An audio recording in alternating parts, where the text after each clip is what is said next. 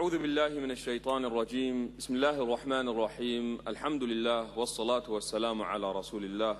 All praise is due to Allah, and may His peace and blessings be upon our beloved Prophet Muhammad sallallahu alayhi wasallam. I bear witness that no one is worthy of worship but Allah, and Muhammad sallallahu alayhi wasallam was His final messenger. Indeed, the best of speech is a book of Allah, and the best of guidance is the guidance of Muhammad sallallahu alayhi wasallam. And the worst of matters is to innovate in religion, and every such kind of innovation is a misguidance, and misguidance leads to the hellfire. Begin by greeting my brothers and sisters, saying, Assalamu alaikum wa rahmatullahi wa barakatuhum. Allah subhanahu wa ta'ala says in Surah Al-Ma'idah, وَإِذْ قَالَ مُوسَى لِقَوْمِهِ يَا قَوْمِ اذْكُرُوا نِعْمَةَ اللَّهِ عَلَيْكُمْ. And mentioned in the book, when Moses said to his people, O my people, remember the bounties of Allah upon you, that He has appointed some of you as prophets, and He has appointed some of you as kings. وَآتَاكُمْ مَا لَمْ يُؤْتِ أَحَدًا مِّنَ الْعَالَمِينَ. And He has blessed you with that which no other people of your time were blessed with. يَا قَوْمِ ادْخُلُوا الْأَرْضَ الْمُقَدَّسَةَ الَّتِي كَتَبَ اللَّهُ لَكُمْ. O my people, go into the holy land that Allah has promised you. All you have to do is just go there. Just walk to the holy land that Allah has promised you. Their response was, قَالُوا يَا مُوسَى إِنَّ فِيهَا قَوْمًا جَبَّارِينَ. They said, O Moses, in it are men who are exceedingly powerful, and so long that they are there, we will not go there. Moses reminded them of the bounties that Allah gave them.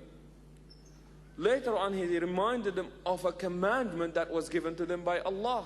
And they said, in it are men who are exceedingly powerful. They are surrendering.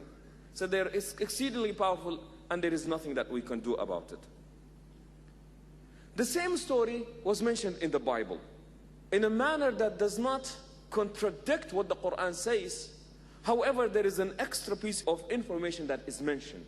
They said, O Moses, in it are men who are exceedingly powerful. To them, we are like grasshoppers, and they see us as we see ourselves.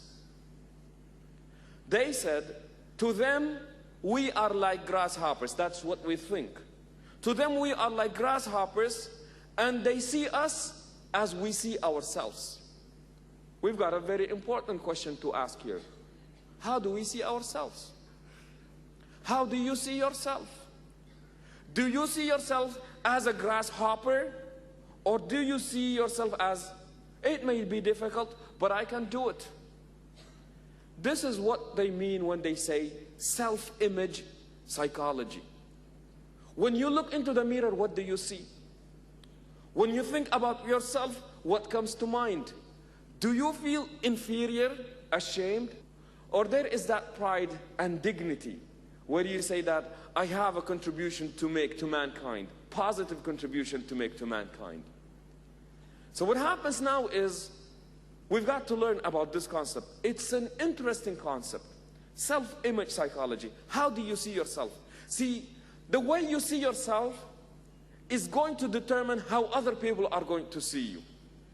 And that is why many times the easier way of manipulating you and controlling you is selling you an image for yourself. They tell you that you must think so of yourself so that they can, from there on, you are easier to manipulate and you are easier to control. For example, nowadays, give you an example from the States. And possibly you can relate to it because of television. Every time you watch TV, or TV that comes from the States, you will realize this. African Americans, these are the blacks in the States, are called African Americans. When you see them, what do you see? They're gangsters, they're dancing, they're playing soccer, football, they're doing this. But the main projection of the African Americans in the state is that they are professional athletes. They've got Michael Jordan, They've got Kobe Bryant. They've got this player. They've got Serena Williams and her sister Venus Williams. And so what happens is that the image that is presented about them is that they're good athletes. It may be true, but listen to this. There are more African American medical doctors than there are African Americans professional athletes. Now, by watching TV, there was no way that you can tell something like this was happening. Because the image now that is presented about them is that they're good for sports only. I remember one time I was giving a lecture, and it happened that the people who were present, because of the geography and the locality of the area, the people that were attending happened to be African Americans. And the minute I said this piece of information, one of them started weeping. He started crying. Why are you doing this? He said, I felt that I was deceived. I was cheated. Because what I was told of myself as an African American is that the best that I can do, the best that I could have done is the fact that I be a professional athlete. Not knowing that it was much easier to become a medical doctor than it is to become a professional athlete. It is much easier to become a medical doctor and not be singing and being shown on MTV. Yet, you are deprived of this image because it makes you feel superior. Or it gives you some sort of hope. And what happens is that it must be crushed. I am not going to tell you that this thing is possible for you. I like to keep you where you are now. Do not belittle yourself. Do not think low of yourself. Do not have that inferiority in you, where you see some people up here, but then when you think of yourself, you see yourself down here.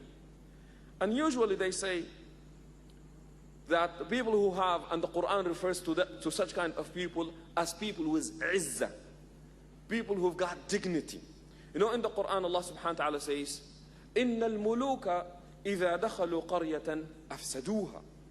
That when the kings arrive into a village or a locality, what do? They spread corruption.